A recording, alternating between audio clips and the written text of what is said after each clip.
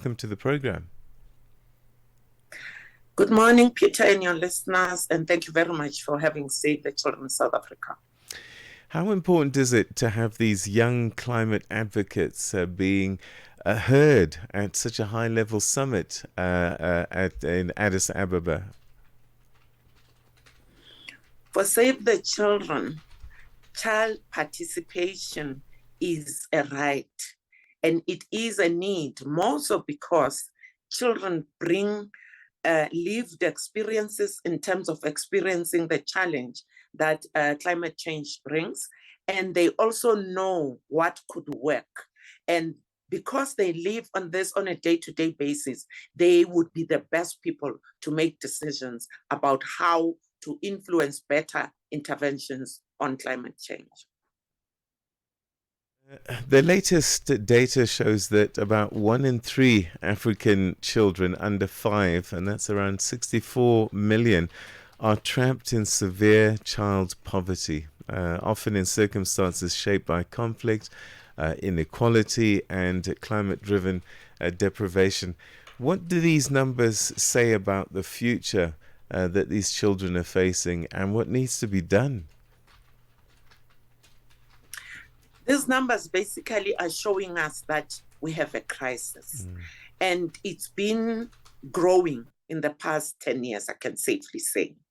Now, if we do not do things differently now, it means in another 5 years, we'll be saying 2 in every 3 children are living in the circumstances that you just described. So this means we have to change the way we're doing things. One of the things that is consistently not changing is that, yes, there's been adaptation funds that have been allocated globally, but they are not used where they should be used.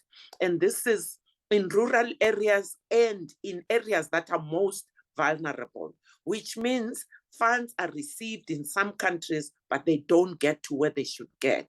And some policies are not supporting adaptation and mitigation in order for us to have an improvement in the way climate change is affecting children. Thank you. What kind of themes and priorities have been emerging most strongly from children's own declarations? What are they demanding from the leaders at the summit?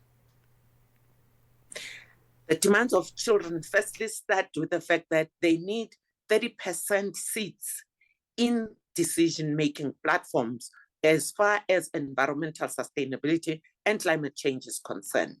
So they need to be present when those decisions are made. More so because children are saying there are opportunities of intervening in improving the effects of climate change. And those opportunities, they want to be engaged in making those decisions. After that, they also want to be engaged in educating their own local communities. Save the Children in South Africa right now is training children to be climate change advocates. So children are informed. Their parents are not, and some leaders in their communities are not. So they want to be involved in doing that education.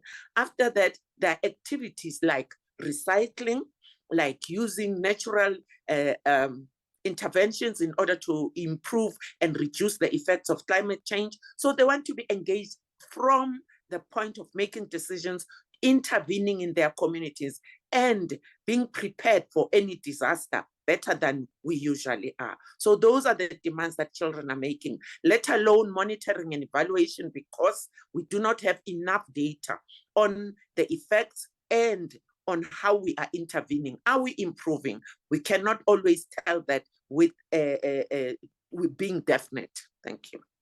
Save the Children South Africa has supported initiatives like the Generation Hope campaign and COP-style simulations for children. How do these programs contribute to shifting climate dialogue towards child-centered policy? Interventions like Generation Hope and other consultations, one, they shift the needle by making sure that the voices of children are heard. And they also give us a picture of what is happening in each of those communities, because children come back and give their feedback in terms of what exactly they experience because of climate change. We've got children at times who cannot go to school because of floods. And we have a good example in KZN, I think a year ago, where some children couldn't go to school for months. So it meant children need to be provided with education in those particular areas that they are kept at, whilst we are reintegrating and getting them to get back to their homes. And so from policy in South Africa to the point of COP30, the message is that involve children, create interventions that will suit them.